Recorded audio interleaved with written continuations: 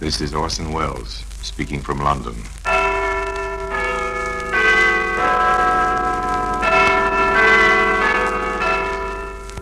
The Black Museum. Here in the grim stone structure on the Thames, which houses Scotland Yard, is a warehouse of homicide, where everyday objects, a light bulb, a broken mirror, a stained blotting pad, all are touched by murder.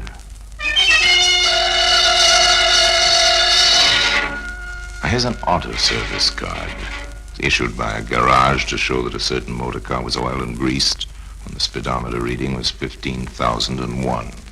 According to the card, his car had done 5,001 miles on the first. By the following day, he'd added another 160 miles to the speedometer reading. And he told you, Inspector, he hadn't been on any long journeys. He'd forgotten the speedometer reading on the service card. They all overlooked something. And the harmless-looking service card, which George Dalton overlooked, was instrumental in convicting him of the brutal murder of his own mother and father. That's why it's earned its place here in the Black Museum.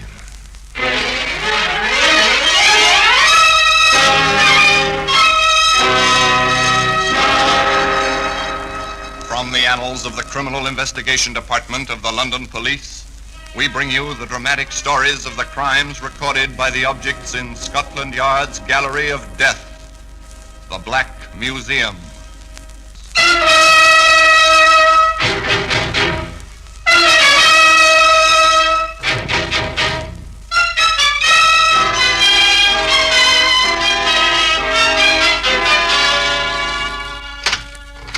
Now here we are in the Black Museum. As beyond these stone walls, the life of London flows as ceaselessly as the muddy waters of Thames. Here, it's silent. Let us walk under the frieze of death masks, the masks of criminals of bygone days, suspended grimly under the ceiling. That glass funnel means nothing until we stop and read the card beside it. Once this funnel was used to pour acid over the body of a woman. Insignificant in itself, easily broken, but was strong enough to hang a murderer. Now here's a pair of spectacles. Over there's a powder puff. And here's what we're after, the buff-colored service card. As I open the showcase and take it between my fingers, I ask you to come with me back to 1947.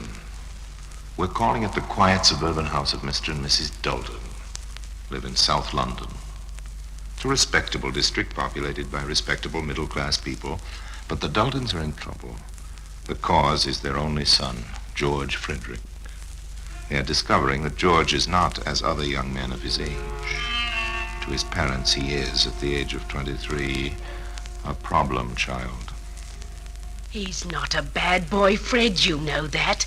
But he just doesn't seem to settle down. I know his trouble. Oh, don't be too harsh on him. He won't work. That's what's wrong with the young devil. Oh, Fred. Well, how many jobs has he had since he came out of the army? I don't know. So many you lose count.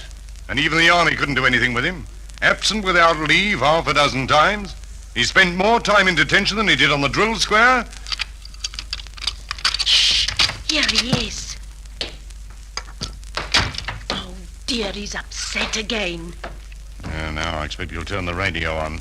Oh, George, for heaven's sake, don't turn that radio on. I've got a headache. Oh, go to hell. What did you say to me? I told you to... Here, you get away from that set. Joe, you put your hands on me. Go to your room. But I'm sure... Protect me. I'm sorry, Dad. I'm sure he didn't Go to mean your it. room. I didn't mean it, Dad. I'll sweep up this mess and we'll have some tea, shall we? All right, young man.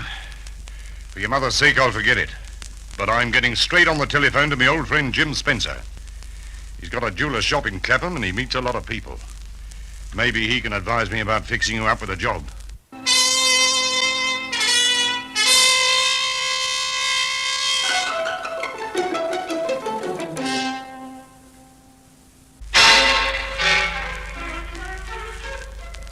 Jim Spencer, the jeweler, was white-haired in his 60s. He lived over his shop, which was quietly prosperous, and he had just lost a young assistant who, having learned something of the trade, had transferred to a larger firm. So, George Dalton was taken on in his place, and for the first time, George seemed to be interested in his work.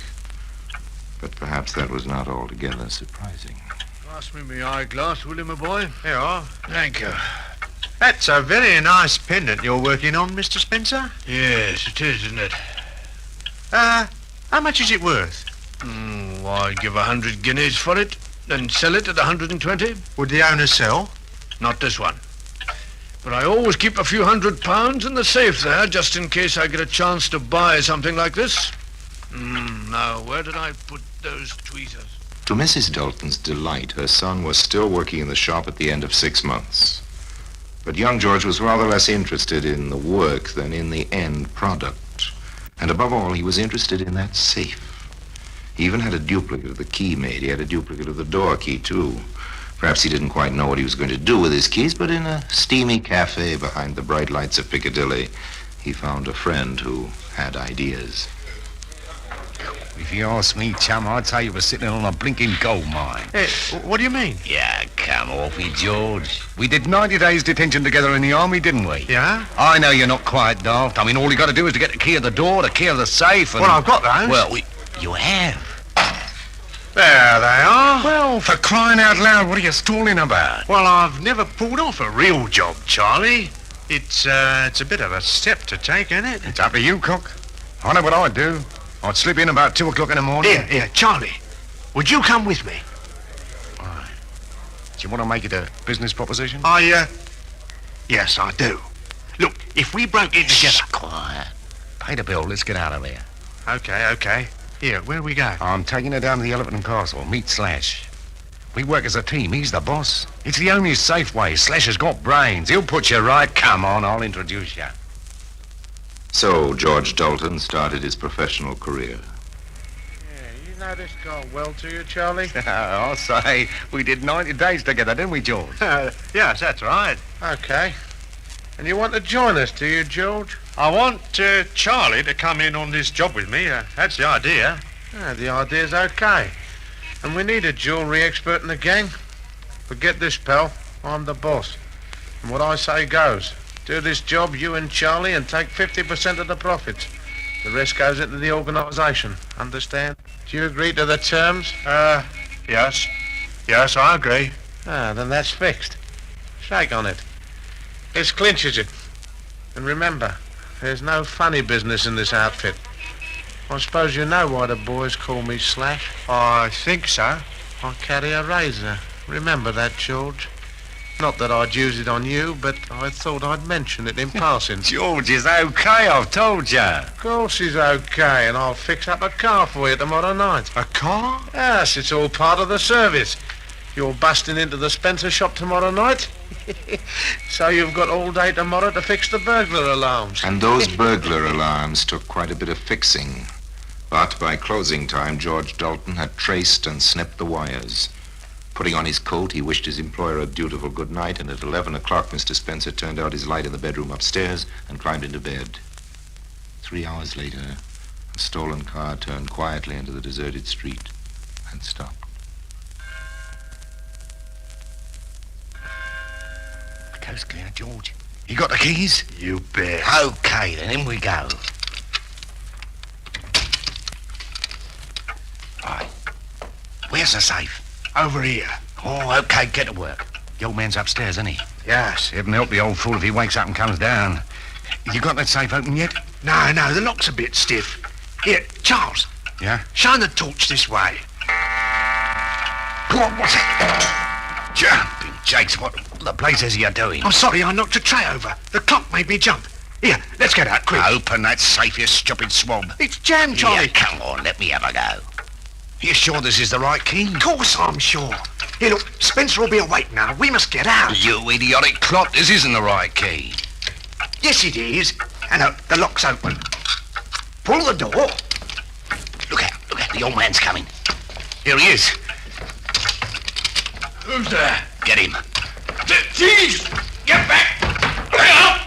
Grab what you can and run for it. Okay. I've got 2 trays of rings and some notes. Come on, let's get out. The jeweler was found, lying in a pool of blood. 10 minutes later. The neighbor who found him called the police immediately. But needless to say, there were no signs of the thieves, and they had left no clues. And Mrs. Dalton stated that her son had been at home in bed on the night of the robbery. To the best of her knowledge, she was telling the truth. But 2 days later, her son visited his unfortunate employer and handed in his notice. You see, Mr. Spencer, I just couldn't go on drawing me wages while the shop's closed and you're here in hospital. You're a good boy, George. I only wish you knew enough about the business to carry it on for me, but I thought it wiser to put the stock away in the bank in case those rascals came back. I only wish I could get my hands on them, the dirty swine. Well, luckily they didn't get away with anything worthwhile. What do you mean? I thought, did you? What did you think, George? I thought they'd cleaned you out. No, I'm too old a bird to leave valuables in the shop safe at night. I take 'em all upstairs to a real safe. I only leave the paste stuff down below. Didn't I ever tell you? No, you never told me.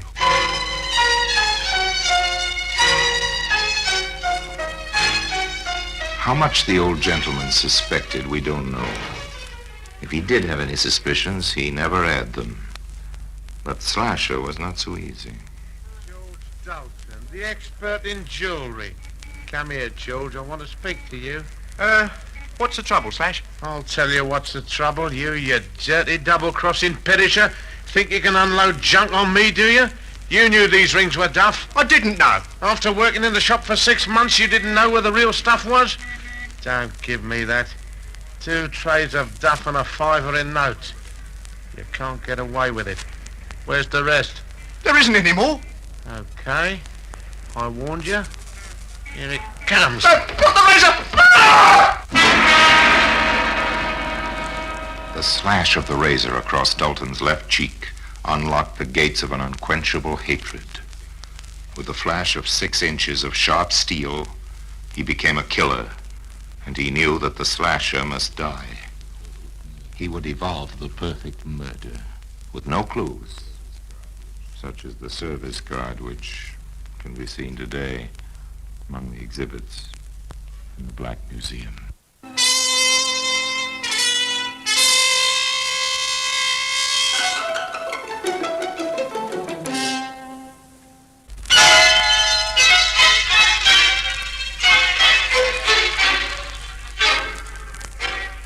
We return to Dalton, the killer. With blood still streaming from his cheek, he smiles at the slasher. And for the first time in his life, that individual is surprised, taken off his guard. I suppose I asked for that. Get out of here. You're not pretty. I've got your brand on me now. I've got to be one of you. What do you mean? You're a man of action. I like that, even if it hurts. Give me another chance. I'll do better next time. I never knew they made 'em so yellow. Get out. You stink. I've got a date here with a smasher and you might scare her away. Now scram. Here she comes. Henry, is that you? Right here, Toots. I never knew your name was Henry. Get. Oh, hello, what's happened? Oh, he's had an accident. Just going. Hello there. Are you hurt bad? No, it's just nothing much. He's no friend of mine, Brenda. Come on, let's go. Okay. Good night, Henry. Good night, Brenda. I'm going to say some more of you. That's right, Dalton. You've made your choice. You're going to start with a girl. That will hurt him. Follow them. They go into a cafe. Have a meal. You wait in the shadows. They're coming out at last. Follow them again. Into a mean little street. Oh, yes, this must be where she lives. You're going to let me in, aren't you, Toots? No, I'm tired. What's the matter with you tonight? I don't know what you did to that fellow. Oh, for Pete's sake, you're not still beefing about him. I know what you did, and I'm no prude, but I don't like razors, and you know it. Good night. No, look here, wait a minute. Okay, if that's the way you want it. See you tomorrow. He's gone. Suppose we knock on her door. Yes, knock on her door. See what happens. Cheeks still bleeding. Look, I told you to... It's me. What do you want? Have you got something I can put on this cut? You followed us? Yeah. Why? I don't know. I need help. Oh, if he comes back, he'll kill you. Here, come in quick. I don't know why I'm doing this. I must be crazy. Here, come into the kitchen. I'll bathe that cut. Well, I'd better go. I'm a nuisance. Oh, you can't go now. Come over to the sink. Well, if the cops saw you in this mess, they'd take you for questioning. Here, hold your face over the water. Righto. What's your name? George. George Dalton. Henry says you double-crossed him. I didn't. It would be so easy to squeeze that pretty throat of yours, Brenda. But you're too lovely. Much There. too lovely. Now, keep still while I put some plaster on. It's lucky the cut isn't deep. Huh? How'd you feel? Oh, fine, thanks. Oh. I suppose I'd better go now. I don't understand you, George. You know, you're different from the others. What others? I suppose you know what sort of girl I am. I don't care what sort of girl you are, but I sure like you. Well, you're decent. Perhaps you should go. I'll do just whatever you say. Oh, your shirt and coat are all covered in blood. I can't turn you out like that. Oh, you better spend the night. Now, I'll get you some clean clothes in the morning. Brenda, I never felt like this about anyone before. I don't know what to say. Funny. I don't either. Well, I'll put the kettle on and we'll have a nice cup of tea.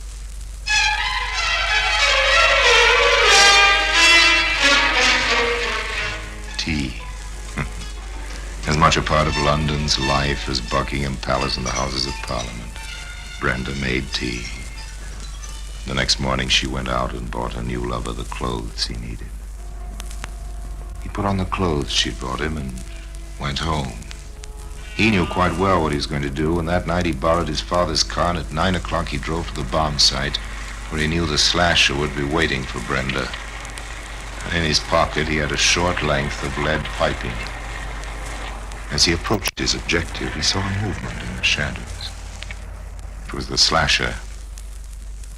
Well, if it isn't the jewel expert. Yeah, you come into money? Hello, Slash. How you doing? Well, what's the idea? Not looking for trouble, are you? What do you think? Get back, you dope! Now that squares out a count.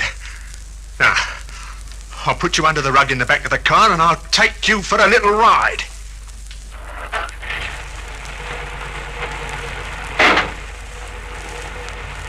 The little ride was to a deserted bridge over a railway. Dalton lifted his victim onto the parapet. Then he paused. Just before you go, I wonder how much you've got in your pocket. Anybody coming? Good. Oh, yes. Quite a few notes here. Thank you, Slash. Thank you very much. Goodbye. And quite gently, Dalton eased the unconscious man over the edge. After that, it was easy.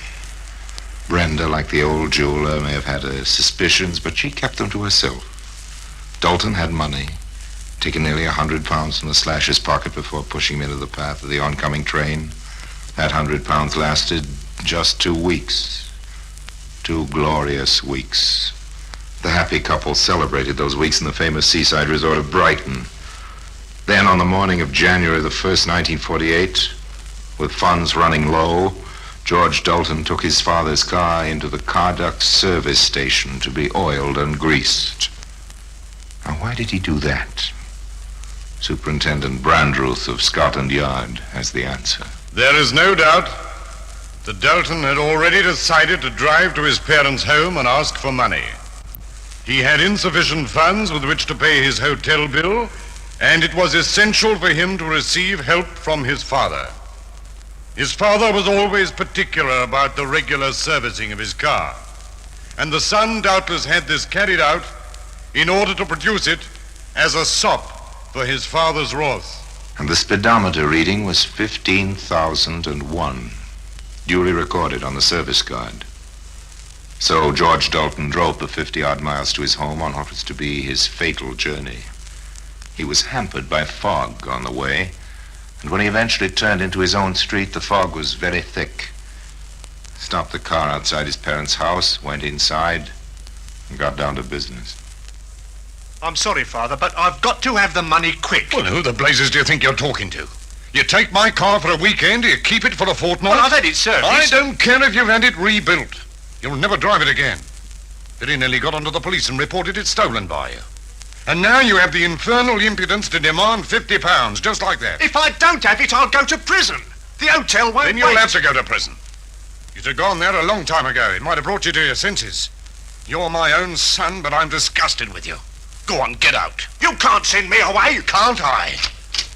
There's the door now. Now, go on, get out. Oh, no, you don't. Take your hands off me, you young rascal. Your mother. Give me that money, will You're you? mad. You're choking me. George, what have you done? He's dead. Stop that noise, you!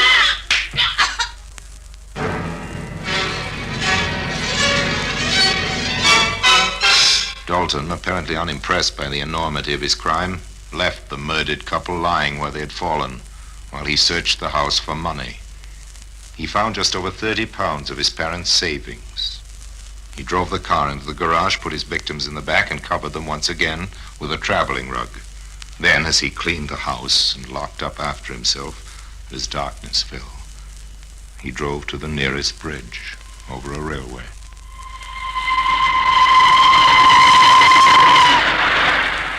It was the same method as before. And when it was over, the murderer drove back to his lover in Brighton. But when he arrived, she had grim news for him. George, tell me you didn't do it. What? What are you talking about? Your mum and dad. Ah, you're mad. You don't know what you're saying. Come into the other room, quickly. Brenda, what do you know about my mother and father? Now, tell me. So you did do it? No. I know you did it. Oh, why? How could you? Brenda. Don't touch me. Mr. Dalton, is it? Yeah? What do you want? I'm sorry to have to tell you that your mother and father were found dead an hour ago. I didn't do it. What exactly do you mean by that? How dreadful. I don't believe it. You know how they died? Of course I don't. How could I? Well, that's what I was wondering. Could you give me an account of your movements today? Yeah. I spent the day here with my fiancée. You haven't used the car outside. Oh, we drove to New Haven. That's 8 3/4 miles. 17.5 there and back. You haven't been anywhere else? No. The car's been here all the time? Yes. According to the garage people, you had the car serviced this morning. Yeah? The speedometer reading then, according to the service card, was 15,001. You put on over 100 miles since then. I've just checked the clock on my way in. The girl knows I've been with her all day. Oh, George, what's the good of you lying? The speedometer's in order. That can't lie. I'm afraid that in the circumstances, it's my duty to charge you with the murder of... Stop him! Let me go! So George Dalton was arrested and charged with the murder of his parents within an hour of their bodies being discovered on a railway line 50 miles away. In due course, he was convicted, and at 8 o'clock on a cold, misty morning, he mounted the steps of the scaffold.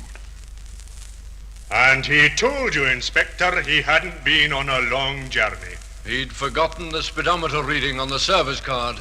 They all overlook something. And that is why the service card has earned its place here in the Black Museum.